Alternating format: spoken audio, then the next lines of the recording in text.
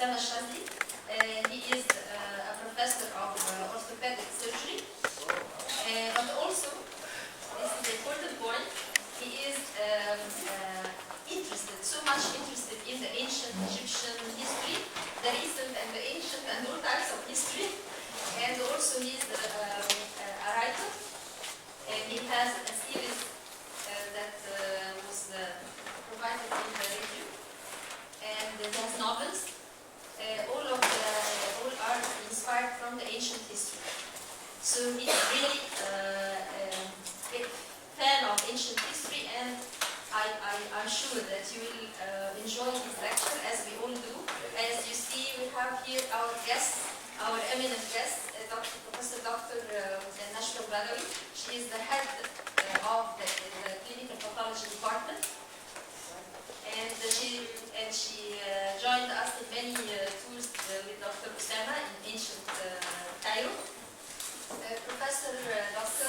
Samar Abdelazim, and the director of the Regional Kramer Institute in Middle East and North Africa, which is a center for health professions education and educational leadership. And you will meet her again, and she will introduce herself and her center for you to join later on, I hope so. We have also Professor Dr. Osama Mansour, and he's a professor of ELT, and also he is the Vice Dean for Higher Education and Research, and he was my colleague, and previously he was also the Deputy Manager of Benchats University in Boston. And also he is a very fan of Dr. Osama's lecture, and I hope you will enjoy all this information, and I think you will be a fan of Egyptian history. Thank you so much, Dr. Samia. It's my pleasure to be with you today in this activity. We have 1 hour, so I would like to start with introducing ourselves. We'll be happy to know your country, origin, and your ministry.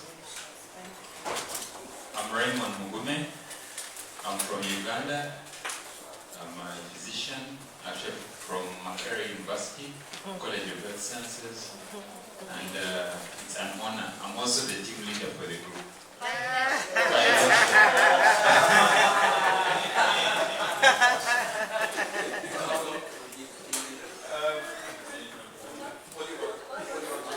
Otherwise, yes, we'll elect again. Thank you. My name is Renato Fabian already.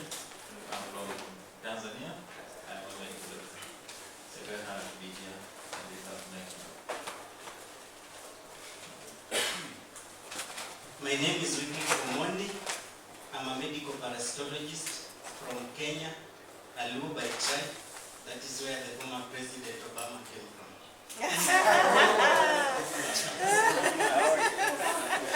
Okay, good morning. I'm Vincent from Nigeria. I'm also a medical pathologist. I work in the Institute back in Nigeria. Morning, I'm Lola from Nigeria. I work with the Federal Ministry of Health. I'm happy to see you. My name is Hiro Aiga, and I'm a senior advisor on health and nutrition tech at Morning, my name is Damascus Yungwa. I'm from Zambia, the home of Victoria Falls. I'm the NCT program manager. I'm trying to build my CV here and sell them our country. My name is Judith. I come from Ghana. Judith. I come from Ghana. Egypt is my second home because my first president's wife came from Egypt, Fatia. And I'm with the neglected tropical disease. Fatia or Fatia? Fatia. I'm with the neglected tropical disease national level, the social mobilization and advocacy person by profession and the public health disease control. Okay. My name is Ra from Somalia. Oh, Somalia. You have a picture in this lecture. Yeah. My name is Owens. I'm from Malawi. I'm an analyst by profession. I do quality assurance. Good morning. My name is Yolanda. I'm coming from the Democratic Republic of Congo. I'm a medical doctor. I work at the National Institute of Medical Research, and I'm doing my specialization in microbiology. My name is Moran Mohammed from Somalia. Somalia, okay. Good morning. My name is Fikra. I came from Fikra. Yeah. From Ethiopia. Ethiopia. Yeah. My profession is epidemiologist, and I work in the federal hospital. My name is Ruth. I am from Malawi. I'm a nurse. I am Felix Steinberg. I'm a clinician from Malawi. My name is Annie. I'm from Burundi. I work with the Ministry of Health MTT programs. My name is Nyonga Ujivenga, physician from Burundi. Good morning. I'm Mr. Rogers from Liberia. I work with the military into this program. George Wise. Okay, Yes, George Wise. Okay, my name is Osama Shazi, as Dr. Sam introduced me. I am from Egypt, from Cairo. I am professor of foot and ankle, but this is a side passion for me. So we will talk about some African empires which affected the Egyptian history. Well, we have a very old long tradition. If you read your program, you will find the original title of this lecture was 5 African Empires Affected Egyptian History. So I deleted one word and I added one more. Deleted 5 and I added ancient, because I was thinking that it's better to focus mainly on the ancient Egyptian history, because little of us know that we had some rulers from Africa who ruled Egypt for a long time. Let's start back from the origin. We can say, what are the factors that help civilization, early civilization in Egypt? Egypt possessed 3 main factors which led to civilization. First was the river Nile, which provides water supply, rich soil, and the biannual floods helped in renewal of the soil each year, and this helped to shift this desert, which you see in the map, into a green strip in the middle, and helped in the early civilization of Egypt. It was a fact that Herodotus said Egypt is the gift of river Nile. This is a true fact which we own to the river Nile for our early civilization. The second factor is the climate of Egypt. Climate of Egypt was moderate climate. It's not hot, it's not cold. This helped in diversity of a lot of agriculture and crops. We had in Egypt vegetables, we had fruits, we had also important and strategic implants like linseeds, from which we use to extract cloth and use clothes, and also this climate helped us to build temples and to make mining and to find stones and to build the pyramids, all of it. The third important factor which helped in early civilization in Egypt was the geographical location. If you look at the ancient world, Egypt is located in the heart of ancient world. This is the region between Europe, Africa, and Asia. This unique geographical location with Mediterranean, Red Sea, River Nile, helped Egypt to make connections with the old civilizations at that time, mainly the Phoenicians, mainly the Palestinians, the Cushian kingdom, and all all these ancient kingdoms. Okay. Did this location have some harm with the Egyptian history? Yes. This location allowed many other nations to invade Egypt several times. Let's review with us how many times the Egyptian country was colonized with different nations. Start with the first colonization by Hyksos. Hyksos were some tribes who came from Sinai and from Jordania and invaded Egypt around in the age 1650 and stayed in Egypt for more than 200 years. This was followed by Assyrians. Assyrians, a very famous nation and strong nation, which came from Syria up there and came and invaded Egypt around the history of 670. Then came the Persian, and they invaded Egypt by Cambyses. Cambyses is a very strong king in Persia and invaded it in around 600 BC. Cambyses stayed for more than 300 years until Alexander the Great came and invaded Egypt and kicked out the Persian from Egyptian country, and he stayed in Egypt with his followers, Ptolemy and Cleopatra and Antonio, and stayed to rule the Egypt for the Egyptian country for more than 300 years more. After that came Octavius or Augustine and started the Roman Empire in Egypt, and this was a very strong empire which lasted for more than 600 years ruling Egyptian country and was a very big empire. After that came the Arab by Amr ibn al-As from the Arabian Peninsula, and he invaded Egypt and he pushed, moved the Romans, and since then Arab caliphs ruled Egypt for a long time until the Middle Ages, when the Turkish invaded Egypt and came to Egyptian country around 1517, and then came the French to invade Egypt by Napoleon Bonaparte, and this was 1798, and finally the British came to Egypt in 1882 with Egypt. Egypt was colonized by each single nation in the world. Okay? This is really special.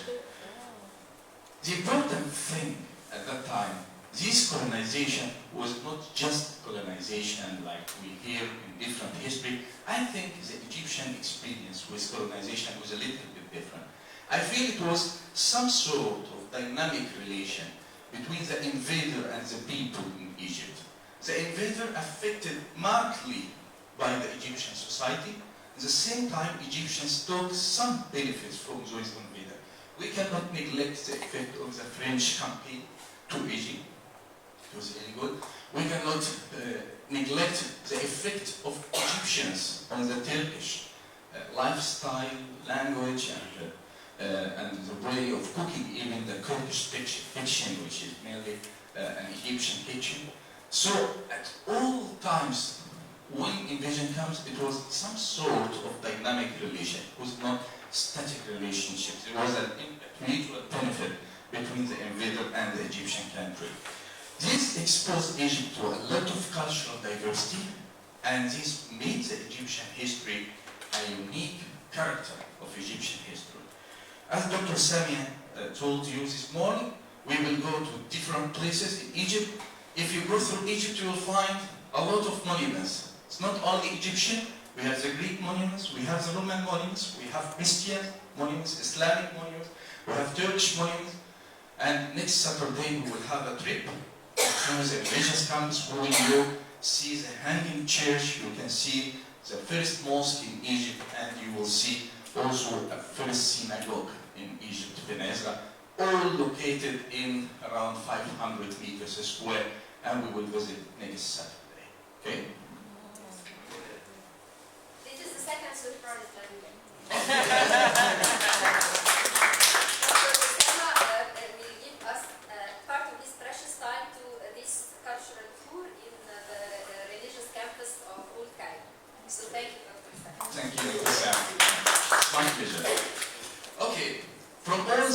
nations. Where is Africa? Where is Africa in the Egyptian history? In Africa invade Egypt, why all nations could invade Egypt? Not Africa. Do you know, any one of you, that you had influence in the Egyptian history? Anyone have idea? You from Somalia, okay. You know that you have a good effect on Egyptian culture and history? Okay, let's move. So, if we say, where is Africa? Was there any role of the African empires in Egyptian history? Yes, there was big role for the African empires in the Egyptian history. We have 3 African empires mainly, which affected the ancient Egyptian history. We have 5 affected all the Egyptian history, but ancient Egyptian history was affected mainly by 3 empires. The first empire is the land of bond. Land of bond, which we will discuss right now. The second one is the kingdom of Kush. Some of you know the kingdom of Kush. And the third one is the Libyan tribes, which came from the west, we call it the Mishwish. So we have 3 big empires influenced our history. Land of bond, and the second is the Mishwish, and the third is the Egyptian, the kingdom of Kush. Through this lecture, we will do review of that. Remember that the relationship between these empires and Egypt varied from friendship, training, then hatred, fighting, and colonization, like any relation between any country in the world. But remember always that also this relationship was dynamic. It was a dynamic relation. We had an influence on these kingdoms, and these kingdoms influenced us as well. Before we go through the first empire, I just give you a brief about the classification of the timeline of the Egyptian history, which was done at 280 BC by the time of Ptolemy, when he ordered Manitou. Manitou is the first Egyptian historian who wrote the ancient Egyptian history. He classified the timeline of Egyptian history into Old Kingdom until the 2130, Middle Kingdom till 1060-30, and the New Kingdom. And in between these 3 kingdoms, we have a period of depression and collapse in civilization, which called the intermediate ages. So we have the early first intermediate period, the second intermediate period, and the third intermediate period. This is briefly the timeline of Egyptian history. It will help us through the lecture to know when each kingdom invaded Egypt. Okay, let's start. I would like you to meet Professor Dr. Shahira Zaki. She is a Vice Dean for Community Service.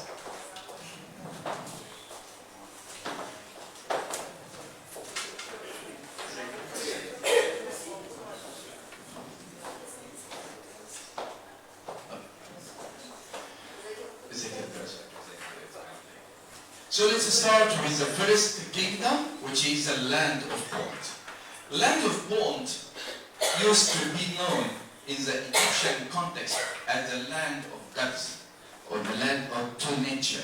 Tunisia is the name in the hieroglyphic way. Now it is known as, at that time it was translated as the land of gods. This land covers the area of Somalia, North Ethiopia, and Eritrea. And in history, some scholars say that the land of bond had a big influence in whole southern Red Sea and the Gulf, the Indian Gulf, and in also the opposite coast on the southern west of Saudi Arabia and Yemen right now. So this was the geographical or territory of the land of bond at that time. The first and the early relation between Egypt and the land of bond goes back to the time of the founder of the big pyramid, Khufu, in 2,500 years. This is the one, or the guy who built the big pyramid, or the bigger pyramid. At that time, we can find in the tomb of Khufu some stories and indication that he sent some troops and campaigns to the land of Pond to bring gold and silver. But the first documented expedition was in the 5th dynasty at the time of the king Sahura. This Sahura man, I believe he was a very intelligent economist rather than a military man. All the pharaohs was military and gods at the same time.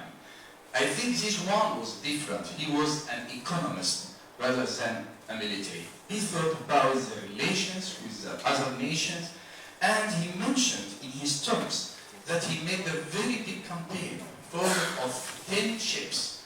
The description of the ships in details, it was 160 feet long and 50 feet wide, indicates how big was the ships. And they traveled to the land of Pond, and he described it in this documentary that the Navy returned with this huge amount of gun and malachite. Malachite is stones which are used in decorations of the statues, and also electrum, which is an alloy formed of silver and gold together. At that time, the profession of explorer or professional explorer started early in Egypt. The first explorer in history, known in history, was Harkhuf. Harkhuf was in the 6th dynasty.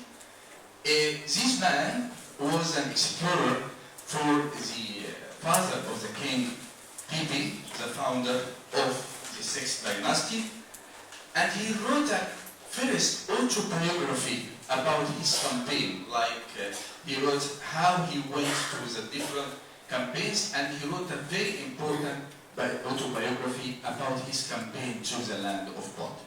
When he was ordered by the child pharaoh Pipi II, he was a child when he ruled Egypt. He was 6 years old, and this child once upon a time was walking and he found a pygmy, a dwarf playing, and he wants to know how from where this dwarf came.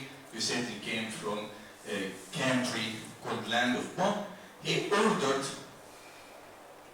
Harkhuf to make a trip to create a dancing pygmy for him. Pygmies later on had an important influence in the Egyptian culture. They thought they are the gods of joy, and we have a famous god of joy, the god Bes. He is a god of joy in ancient Egypt. And we have also, yes, the statue of the dwarf Sinib. He is a famous one in Egypt. The relationship with the land of Pond reached its maximum in the New Kingdom with a very famous queen in Egypt whose name is Hatshepsut. Hatshepsut, if you went to Luxor, and I hope you will visit Luxor one day, you will find the temple of Hatshepsut, and you will find a lot of paintings on the Karnak walls about Hatshepsut. Queen Hatshepsut ordered a very large expedition to the land of Pond. We have always such kind of controversies and debates in history. Was the campaign of Hatshepsut for colonization, it was a war, or it was for trading and shopping? This debate lasted for a long time. Of course, Hatshepsut was a female, so the trip was for shopping. Of course, this is a fact, okay? And we can prove that it was for shopping by many documents which we can find in the Karnak's wall. For example, she has no enemies. This is a description of her trip. She has no antagonist. She will explore the roads to Rome, to open the roads to the mirror. Mirror is a gum, and to the terraces, which is the incense and all of this stuff. So this campaign was mainly for trading. We can say, frankly, that this was the first official travel of a president of Egypt outside Egypt to a country. The reception of the queen to the land of Pond is well described in history, and we can see it in different pieces in the Karnak's wall. The outcome of this expedition, she came back with a lot of goods, like gold, ebony, and some gum, and she came with a tree. It is the oldest tree in Egypt in front of the temple of Hatshepsut. This tree is 1,500 years old. You can see it surrounded in front of the temple of Hatshepsut, the roots of this tree, and keep it as one of the oldest trees on earth. This plant which came from the land of Pont. As we said, the good relations with the country of Pontine country last for a long time. She wrote on the Bir Bahari temple how she met the Queen Ati, the wife of King Pera from Somalia, and how the greetings was done to the Queen Hatshepsut. Other expeditions were done in the New Kingdom at the time of the Hotmos Amenhotep and the famous king of Egypt, Ramses II, and we can find one papyrus about, which is called the Papyrus of Harris, which describes the expeditions of Ramses at the time of Ramses II. After the New Kingdom collapsed in Egypt, relationship with Somalia and land of Pont dropped too much. But remember, the relation with these nations was dynamic. Land of Pont remained in the heart of the Egyptians. We can find that in a very interesting song in ancient Egypt. This song was saying, "When I hold my love close and her arms still around me, I'm like a man translated to Pont." How imaginary was the Pont land and inspiring the Pont land for them, where the world suddenly bursts into flower. This is an ancient Egyptian song, indicates how Egyptians loved the land of Pont. Egypt also remained in the heart of the culture of Somalia. Do you know this dance? You know, it's the dance Dantu. Dantu is originally Egyptian dance, which was done in the temples of the Egyptians. You can see similar clothes, similar way of dancing. Also, are you married? Not yet. When you get married, you will have this dance in your wedding, okay? This dance in wedding, look at the movements of the girls and compare it with the movements of the Egyptian maids on the temples. You will find a lot of similarities between these. Do you know Somalian, native language? Okay. Can you know these words? I will tell you some words. Tell me if I'm true or I'm wrong. Ancient Egyptian word hes. It's a geographic word. It means a song. In Sumerian language, hes is a song. Right? Yes. Okay. Also, a means lion. Right?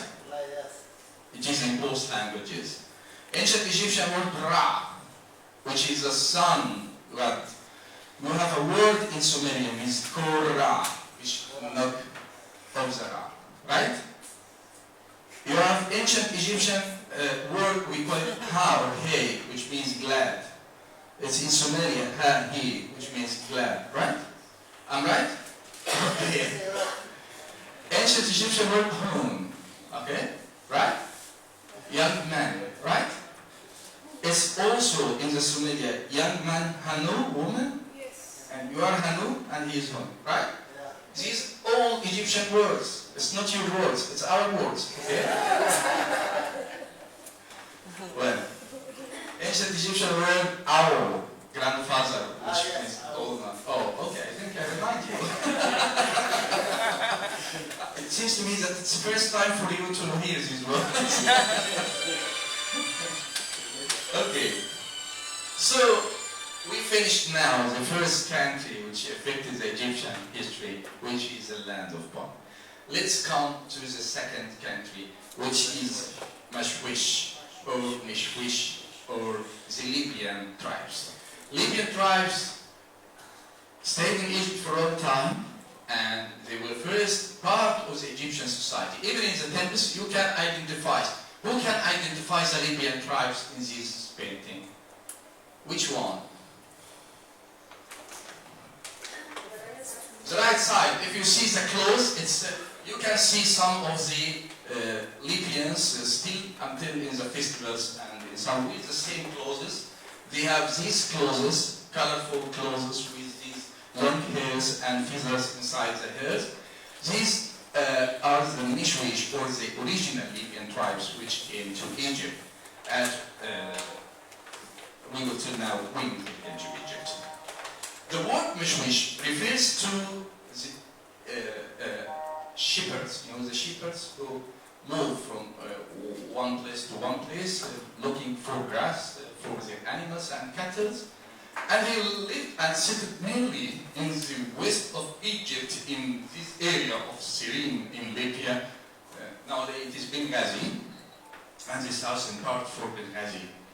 And these tribes used to go inside Egypt from one time to time, and in the Egyptian original language is known as Ma, which is these tribes are not Ma in the Egyptian language. When did Mishwish come to Egypt?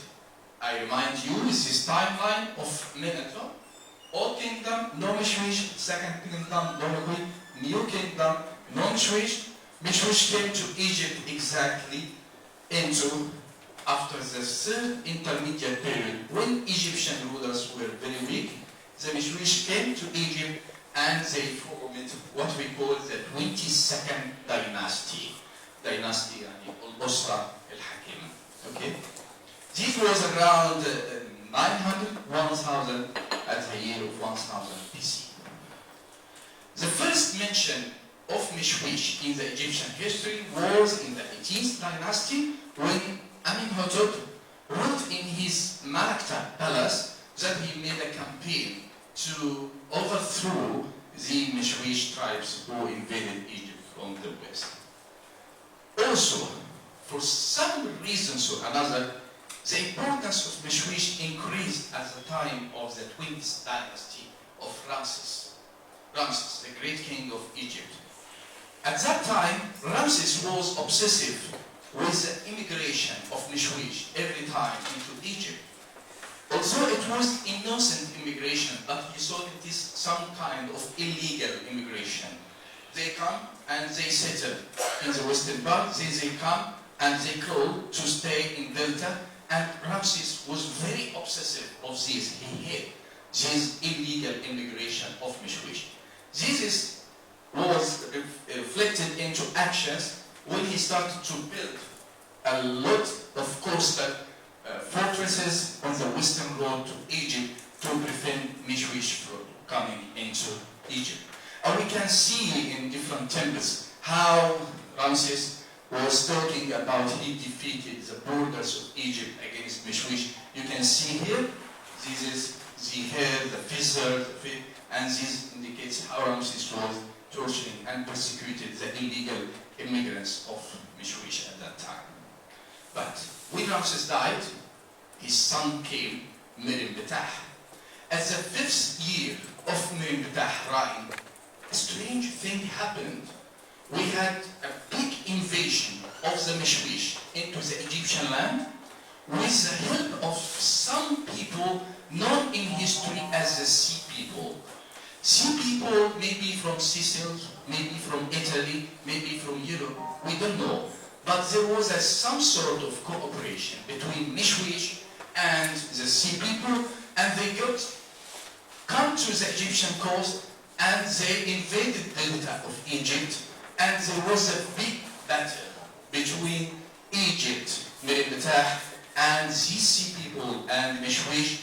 It ended in conquer of Merimbetah to them, and he could capture 9,100 soldiers from Mishwish, and he kept the swords as a souvenir for his capture.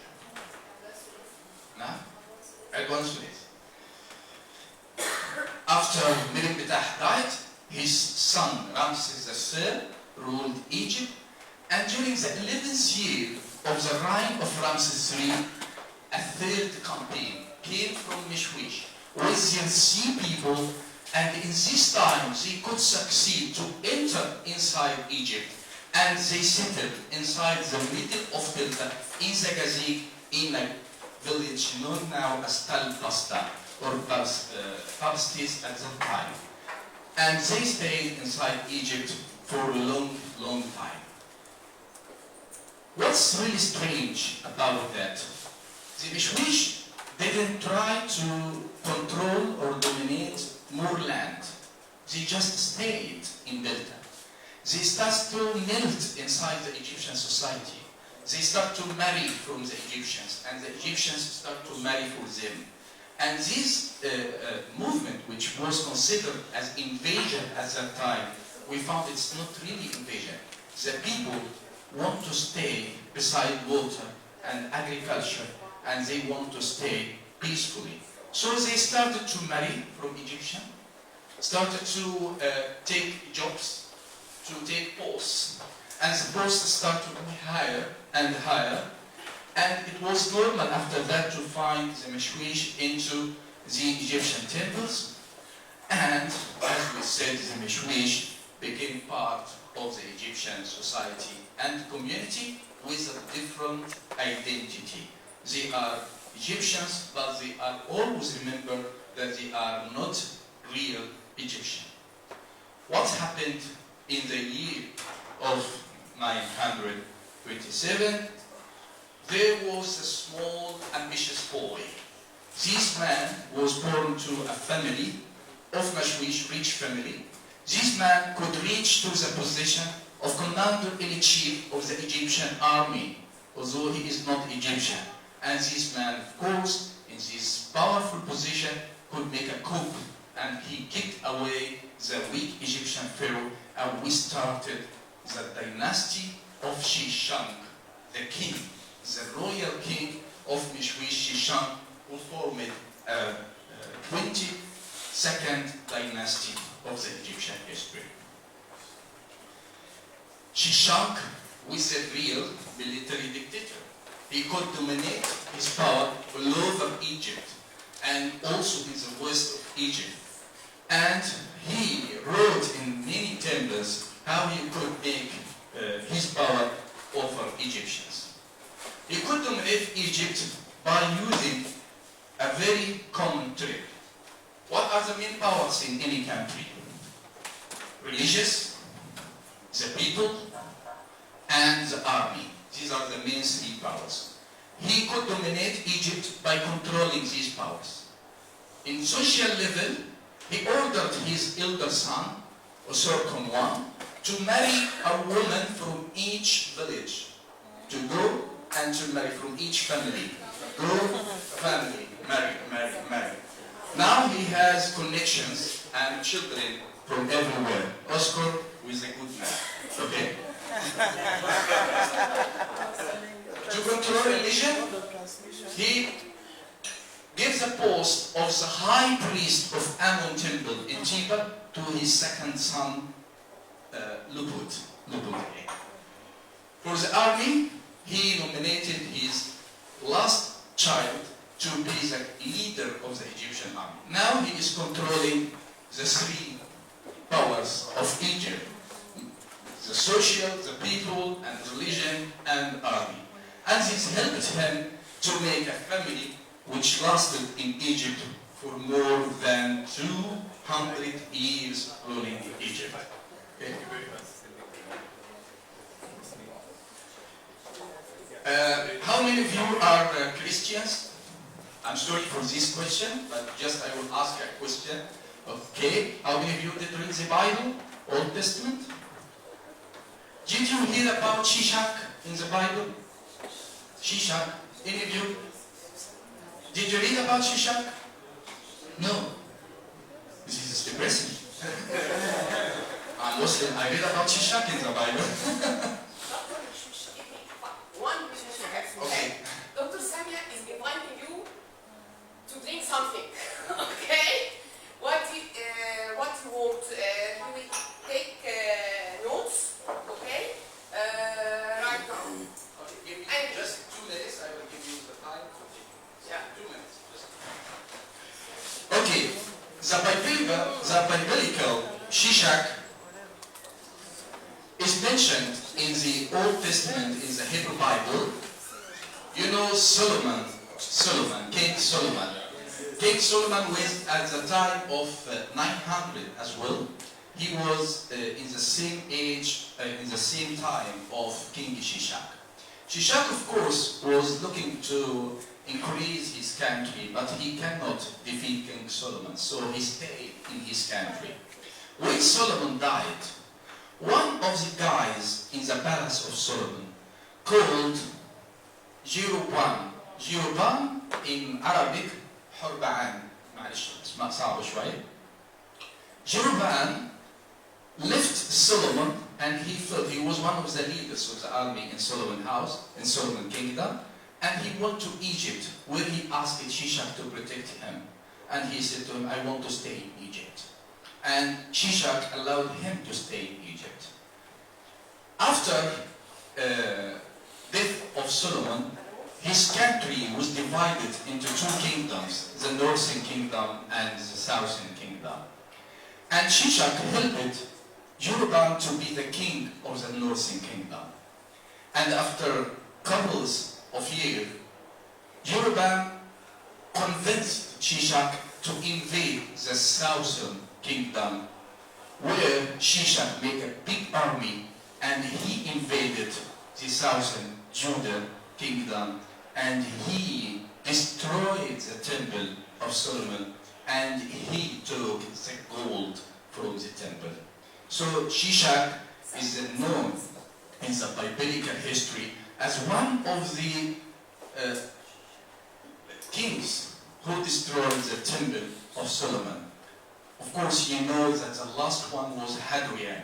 Hadrian was the one which destroyed. Hadrian is the Roman emperor. He was the last one who destroyed the temple, and the temple was not regained again for a long time. So there is important relation between Shishak and the biblical Shishak. The end of Meshwish happened when the second kingdom in the next kingdom in our lecture today, kingdom of Kush, came into power, and they moved the Meshwish from Egyptian country. So, would you like to bring something? Before we move to...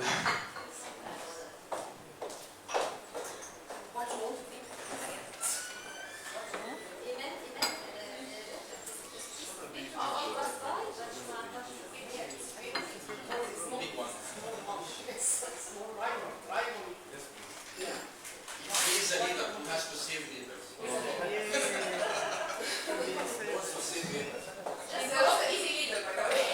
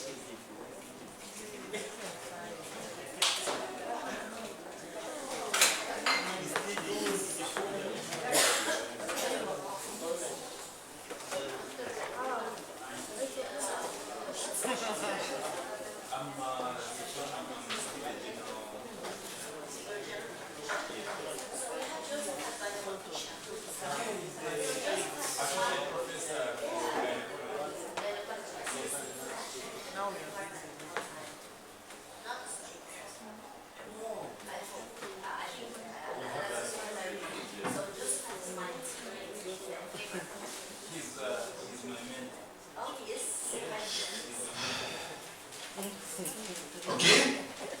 Now, let's come to the great kingdom of Kush. Kingdom of Kush, or we call it in history the Nubian Pharaohs.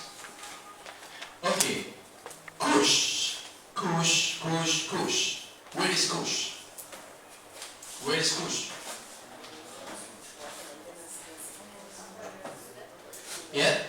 in Sudan, right? Kush is in Sudan. When we refer word Kush was the Nubian kingdom, we start from the first cataract. You know the cataracts? We have 6 cataracts. Or cataracts اللي هو شلال بالانجليزي يعني ايه؟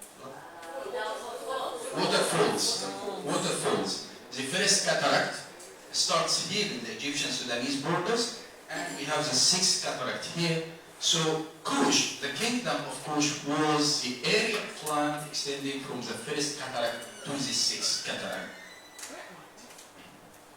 It was named Kush after the king Kashtan. He is one of the great leaders which unified this kingdom and made it. Kush also mentioned in the Bible. You know in the Bible, Kush, Madi, and Obelisk, and in the Bible, the 4 kingdoms. Kush was one of these kingdoms. And you know Abraham, the father of Abraham was married from an Egyptian girl, right?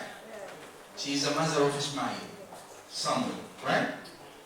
She was not Egyptian, she was Kushite.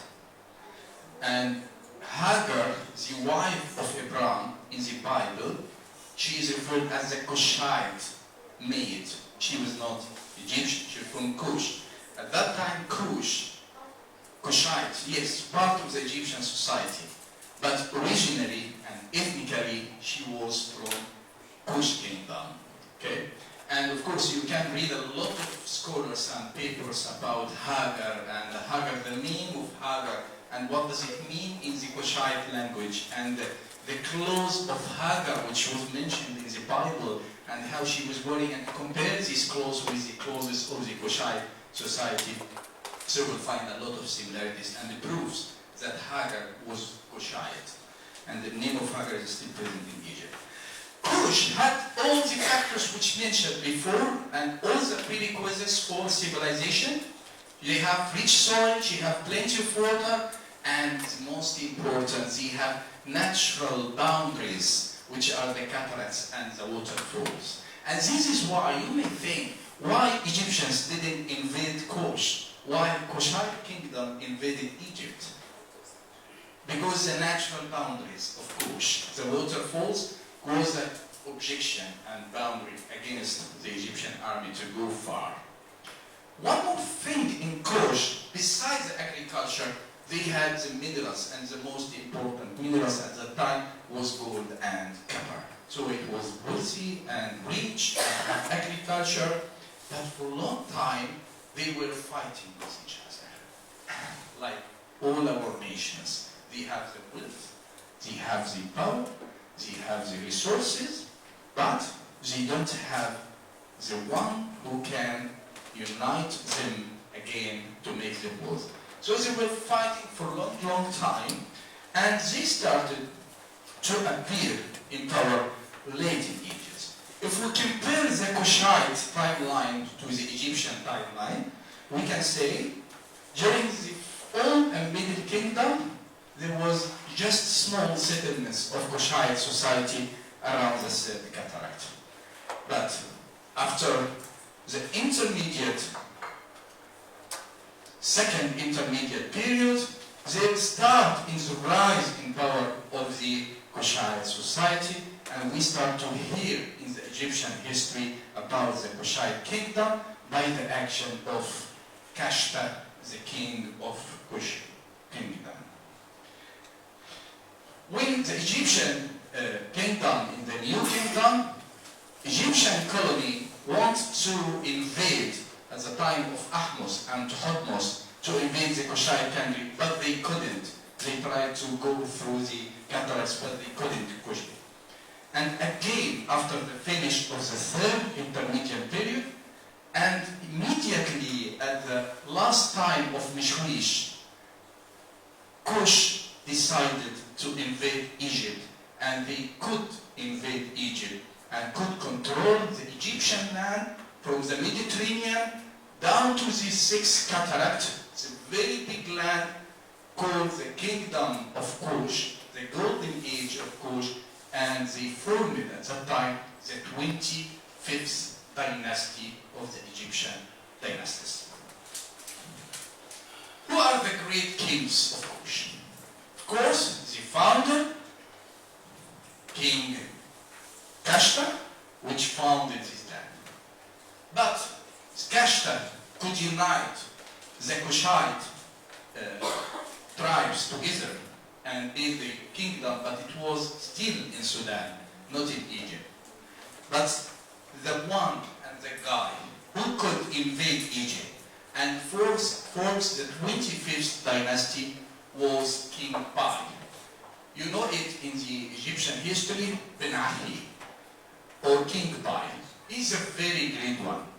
When he invaded Egypt, this man was fair king. He was beloved by the Egyptians. I tell you a story, I don't know if it's true or not. In the ancient Egyptian funerals, ladies of Egypt used to wear white clothes to express their sadness. It is said that Egyptian women start to wear black clothes to express their sadness after death of their relatives. When King Bai died, women started to wear the black clothes since that age, because everybody in the country loved King Bai.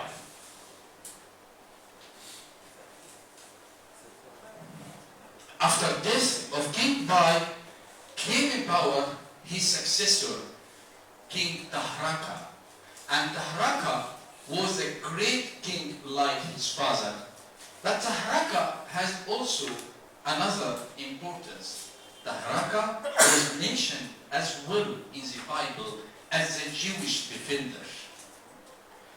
When, as we said, after destruction, after death of Solomon, the kingdom of Judah divided into North Kingdom and South Kingdom.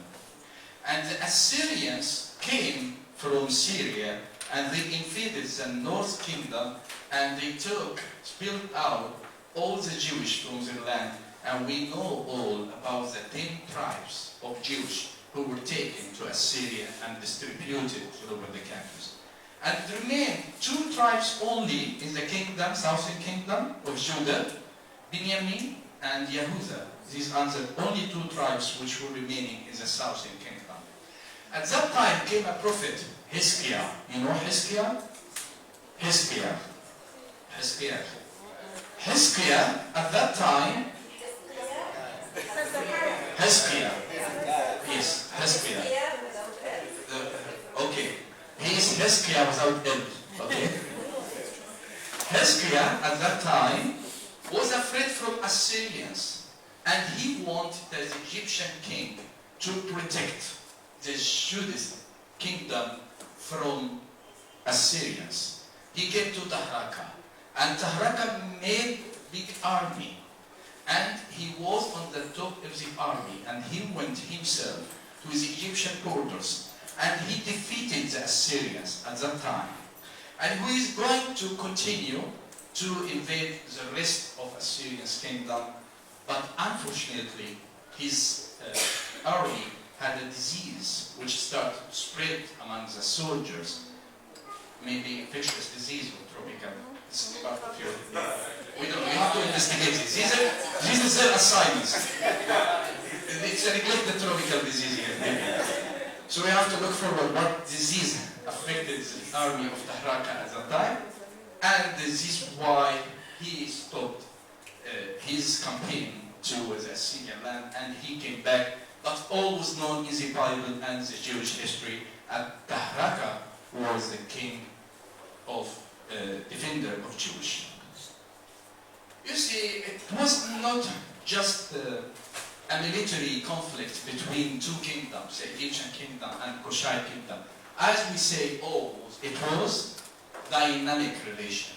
So we have a lot of cultural influence of the Egyptian society on the Kushite kingdom.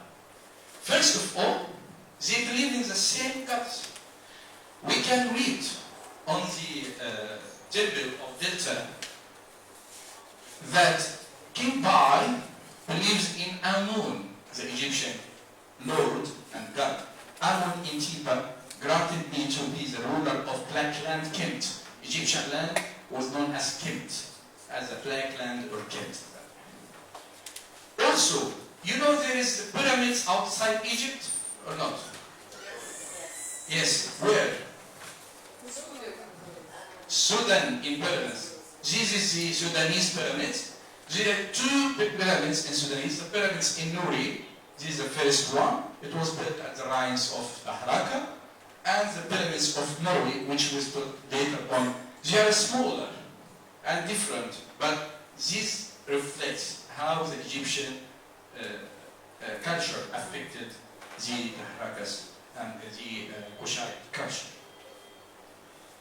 The language, the Meroitic language in Nubia, which is spoken somehow by some people, I think, until now, this Meroitic language is a version of the hieroglyphic Egyptian language. The end of the Kushite kingdom. In 666 BC, this figure, I don't know, but this number is known also in the Bible, the New Testament, 666, but I don't know if it is a coincidence or just like that. In 666 came the bloody Assyrian king, Ashur-bani-pal, and he invaded Egypt. He destroyed the Kushite kingdom, and the Kushite kingdom was filled out of Egyptian land and returned back behind the third cataract again. And since that time, we don't have any influence for the Kushite kingdom for that age. Summary of our lecture. African empires had oppression in the ancient Egyptian history. The relationship ranged from friendship to confrontation and fighting. In all stages, these relationships was dynamic with culture and social effect. Thank you very much. I will very happy to meet you. Thank you, Dr. Osama. For myself, it was very, very interesting, and the knowledge really I knew for the first time in my life. Although as a Egyptian, it was really new for me. Maybe you can get some feedback from our.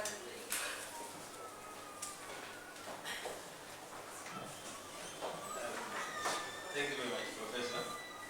It was a very interesting presentation. And mine is not really a question, but I know when we're in medical schools, we discuss a lot about the difficulties in studies, and everyone is like, being a doctor, it's a hard work, you need to commit everything, studying and things like that. But here we see a professor in orthopedics who is here. The eminent professor of orthopedics. The eminent one. Yeah. And yet he is a very good historian.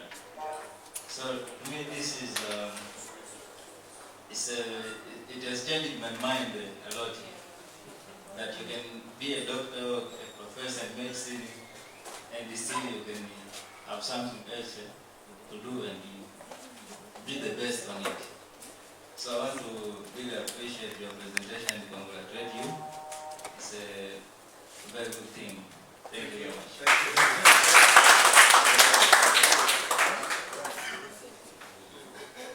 Yes, thank you so much for that good lecture. I didn't expect it from your profession.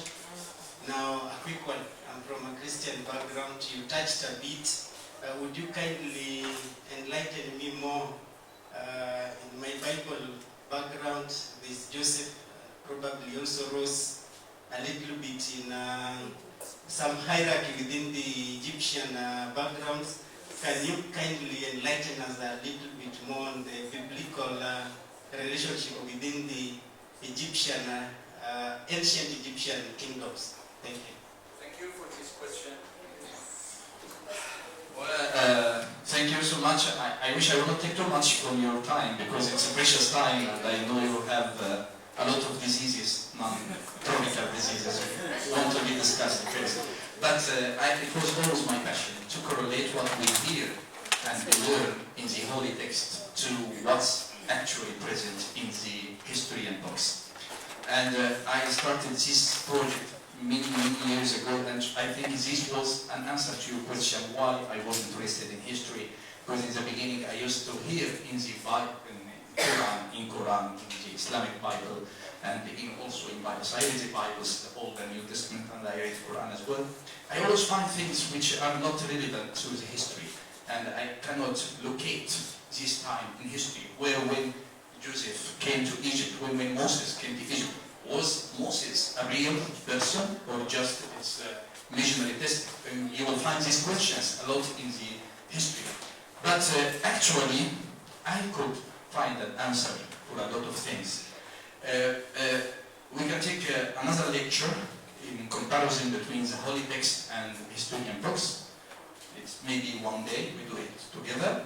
But to your answer, specifically to your question, Joseph came to Egypt at the time of immigration of the Apiro. Apiro is a word in the Egyptian history which is called the shepherds, who came from Jordania and Palestine. At that time, Apiro came to Egypt during the rule of some families related to them who are Hyksos. We mentioned the Hyksos. The Hyksos was in the second intermediate period. It's after, at the end of Middle Kingdom and before the New Kingdom. And Hyksos were strong fighters, came from desert, and ruled Egypt for 250 years. At that time, we can read in the history a lot about the immigration of these people from Palestine and from Syria and from Israel to the land of Egypt. And they settled in a certain specific area called the land of Jishan or Jishan. You read it in the Bible, Jishan. Jishan is located in Delta, in Egypt, in the Gazim part of Sharia. And they stayed there for a long time.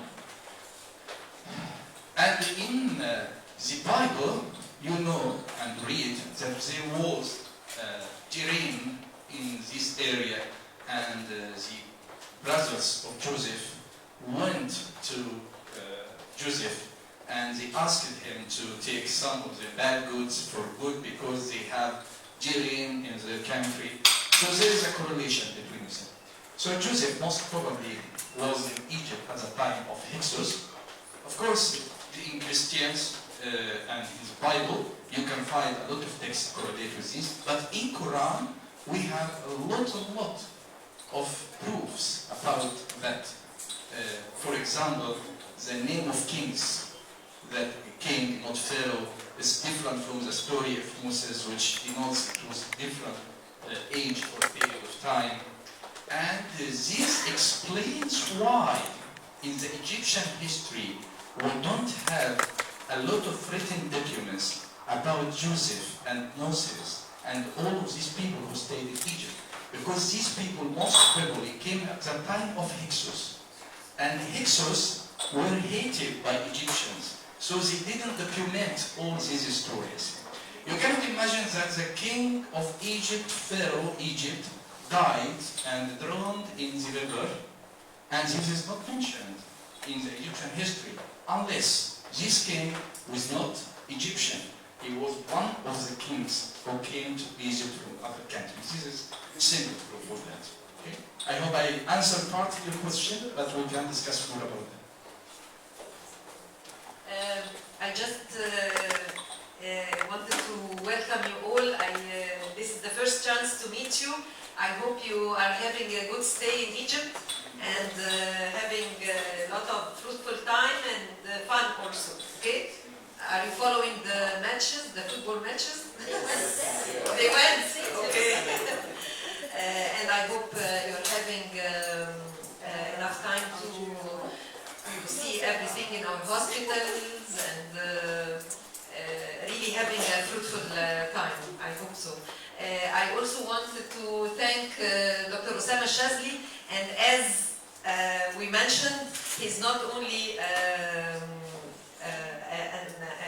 prominent professor of orthopedics, but also he has a lot of knowledge about history, and this is a very small part. If you know him more, he is an encyclopedia. I call him a historical encyclopedia. I hope to join you on Saturday in the trip. We'll try to do it. Thank you, Dr. Osama, and I have to leave because I have a lot of things to do in the faculty. Welcome again, and I really wish you a great time. Okay?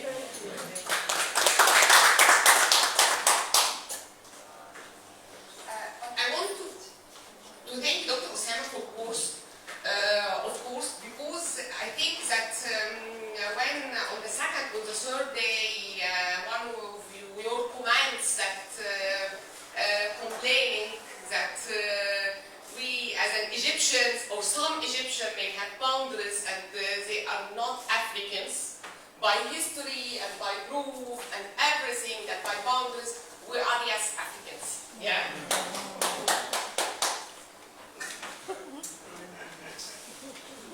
Any question?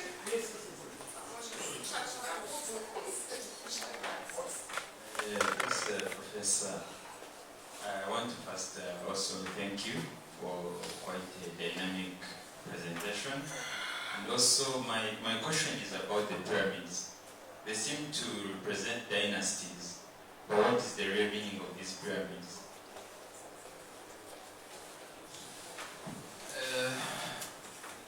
Pyramids reflect the influence on religion on Egyptians. For a long time, religion is a main concern for the Egyptian society. Pyramids was tomb which will transfer the king and his people to the afterlife. So all the pyramids you see are actually tombs. They are just tombs. There is different designs in the pyramids according to the level of civilization. The first start of pyramids was in the third dynasty with Djoser. Djoser or Zoser in Egyptian dialect. Zoser was the first to build a kind of pyramids which is made of different flat areas. It was stepwise pyramid. It was not a pyramid like that as we have seen. And it is located in Dashur, in area near to Giza now. This was the first known pyramid on the Egyptian land. Later on, with the different dynasties, the pyramids start to take more and more complicated designs. And one of the mysteries in our life, how the pyramid of Giza were built. We don't know now exactly how could they reach all these height with such heavy stones. A lot of theories are made and a lot of hypotheses have been discussed about that, but still we don't know exactly how it was built in that way. So pyramids, simply as an answer for your question, what does it mean? It's truth.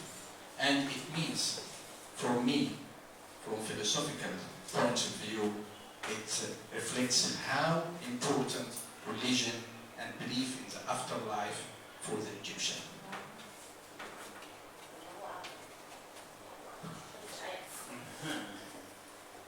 Any more questions?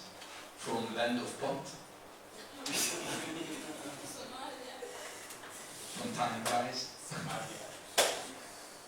From Kushites? No? Yeah. Thank you very much for that presentation. I will try to add maybe some clarity for your explanation. With respect to the numerous invasions that were done on the land of Egypt in ancient times, what I want to understand is that were no invasions, with the exception of one of the invaders who invaded Egypt, and for three main reasons which you stated. But the previous invasions that were done on the land of Egypt, were they done based on wealth? They didn't invade Egypt for wealth or to show power or something like that. I really want to understand. understand you mean which nation came to Egypt? Is there any nations came to Egypt to show only power? Or what? The question?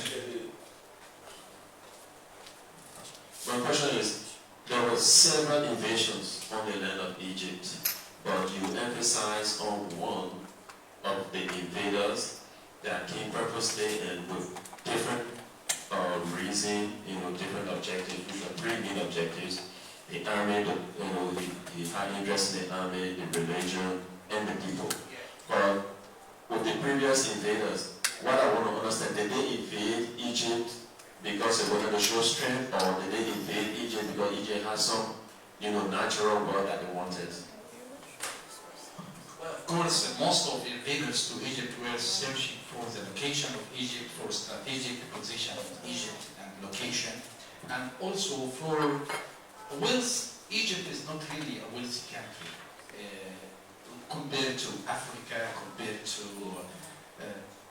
Gulf area with petrol right now. For a long time, Egypt was a land invaded by colonies for its strategic location. It is in the heart of the old world and its connection between the East and the West. So when Bonaparte came to Egypt in French campaign, he came for the location of Egypt. When the British came to Egypt to protect the Suez Canal and their access and routes to their territories in India, when the Roman came to Egypt, it was for Egypt, for the country which controls the north of all Africa. So in most of the time, invasion was for this region. What happens actually after invasion is a change in attitude of invaders. Invaders melt inside the Egyptian society, and they change. As I mentioned, the men who used the religion and army and social connections with the different families, this act was repeated many times in history. For example, Muhammad Ali. Muhammad Ali, he is the founder of modern Egypt. He came as a soldier with the Osmani army from Albania, and he stayed in Alexandria. And when he came to Egypt after finish of the French campaign, the Egyptians loved him, and the Egyptian leaders nominated him to become the king. Muhammad Ali was a single soldier. He has no family, who has no roots, he has no army, just one person. And he was very intelligent. He was much affected with the book of the Prince of Machiavelli, and he read this book a lot of times, the Prince. And he thought that he can control Egypt by making good relations with family, and with making a strong army, and by making also politics, dictator sometime, democratic sometime, aggressive sometime, and he was a very good politician. And he could make a family which ruled Egypt also for 200 years until Nasser period when the Egyptian revolution happened. So this way of invaders, it was repeated every time, even for Arab, for Muslims, when they came to Egypt. You can find Amr ibn al-As stayed in Egypt, and he didn't want to go back. Also, the Holy Land in Saudi Arabia for early Arabs was very important, but he stayed in Egypt, and he loved to stay in Egypt all the time. I want to be in Egypt. I don't know what is this. They say that if you drink from the River Nile, you have to stay beside the River Nile. It may be like that. Say like that. Now River Nile may have some infectious diseases and tropical problems. Okay, successful stories for yes, for battle against diseases. So I hope I answered your question. Okay. Thank you very much. I was really honored being with you. Thank you. Thank you, Dr. Osama, and we are anxiously waiting for the visit to the religious campus in ancient Cairo next Saturday.